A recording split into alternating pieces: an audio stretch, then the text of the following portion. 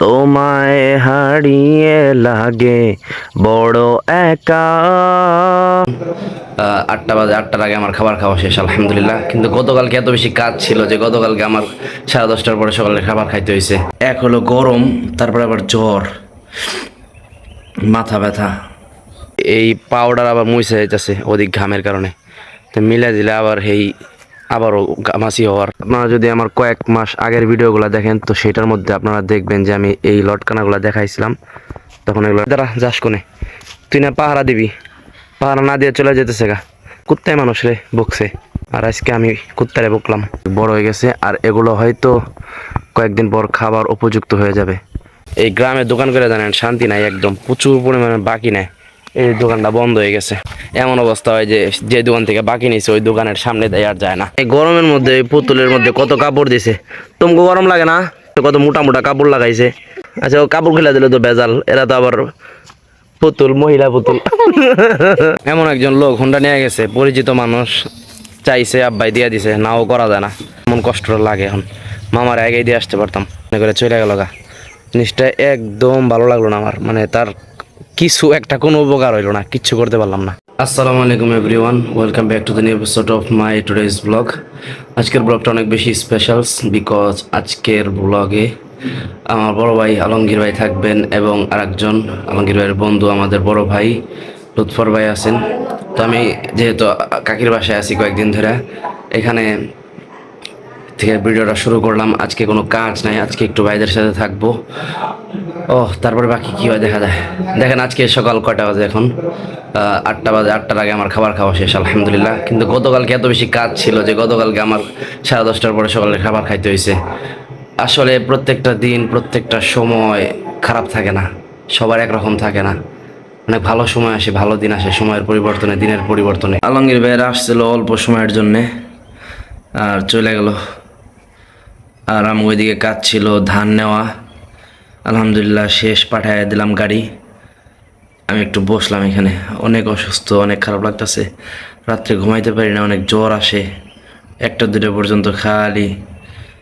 এক হলো গরম, তারপরে আবার জ্বর, মাথা ব্যথা। উঠি একদম ফজরের সময়, নামাজের পরে আর ঘুম আসতে মনে চাইলেও কাজের কারণে আর ঘুমাই না। গলা বসে গেছে, অনেক খারাপ লাগে। আর সবচাইতে বড় যে বিষয়টা সেটা হলো এই যে হাতের মধ্যে জায়গায় জায়গায় ঘামাচি উঠে গেছে, ঘামাচি উঠে অনেক দাগ পড়ে গেছে হাতে, খুব খারাপ অবস্থা। শরীরের মধ্যে হয়ে গেছে ঘামাচি। তারপরে সেই ঘামাচি দূর করার জন্য দিছিলাম পাউডার, এই সাদা সাদা জায়গায় জায়গায় পাউডার। এখন হয়েছে কি, এই পাউডার আবার মুইছে যাইতেছে অধিক ঘামের কারণে। তো মিলে দিলে আবারও ঘামাচি হওয়ার পদ্ধতি হয়ে গেছে। গ্রামের মধ্যে একটা সুন্দর সুবিধা আছে, এই যে একটা লটকানা গাছ। এই দ্বারা যাস কোনে, তুই না পাহারা দিবি, পাহারা না দিয়ে চলে যেতেছে গা। এখন লটকানা খাইয়া ফেলাইলে কে দেখবো? এই সারা জীবন কুত্তায় মানুষ রে বকছে, আর আজকে আমি কুত্তারে বকলাম। বাট এখন সময়ের পরিবর্তনে অনেক বড় হয়ে গেছে আর এগুলো হয়তো কয়েকদিন পর খাবার উপযুক্ত হয়ে যাবে। এগুলা স্বপন ভাইয়ের গাছ, তার কাছে একটা কলবালা চারাও চাইছিলাম, তারপর আর দেখা টাকা হয় নাই। এখন আমি যদি এগুলা খাবার উপযুক্ত হইতো তাহলে চাইলে দিতে হয়তো আমাকে। এই যে আমাদের এখানে একটা দোকান, ওইখানে কাকা দোকান করতেন আগে, তারপরে পাশে এখানে কয়েকদিন ভাবি দোকান করছেন। কিছুক্ষণ আগে তিনি যে রাস্তায় চিল্লাচিল্লি করতেছেন। তো সেই চিল্লাচিল্লি বা ঝামেলার কারণটা কই, তার আগে একটা কথা কই।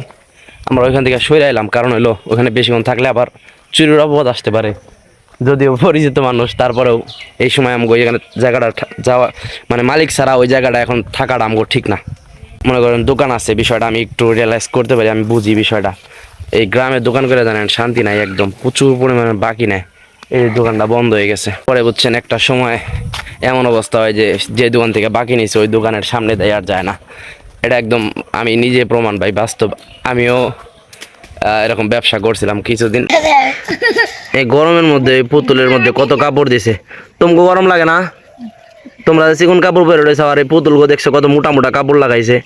ও কাপড় করো, ও আচ্ছা ও কাপড় খেলা দিলে তো বেজাল, এরা তো আবার পুতুল, মহিলা পুতুল। দিনের শেষ সময়টা মনটা যে এত খারাপ লাগতেছে, এত পরিমাণে রাগ উঠতেছে, এটা কয়ে বোঝাইতে পারবো না এখন। ফোনটা নিয়ে গেছে পরিচিত মানুষ, চাইছে আব্বাই দিয়ে দিছে, নাও করা যায় না। অল্প সময়ের জন্য নিছে, আধা ঘন্টার বেশি, কমপক্ষে 40-50 মিনিট ধরে দাঁড়ায় রয়েছে ফোনটার অপেক্ষায়। কেমন কষ্টটা লাগে এখন, মামার আগে দিয়ে আসতে পারতাম। কালকে সারাটা দিন কাজ করছি, আমি কাজ করছি, মামা কাজ করছে আমার সাথে, আব্বা, তিনজনে মিলে কাজ করছি।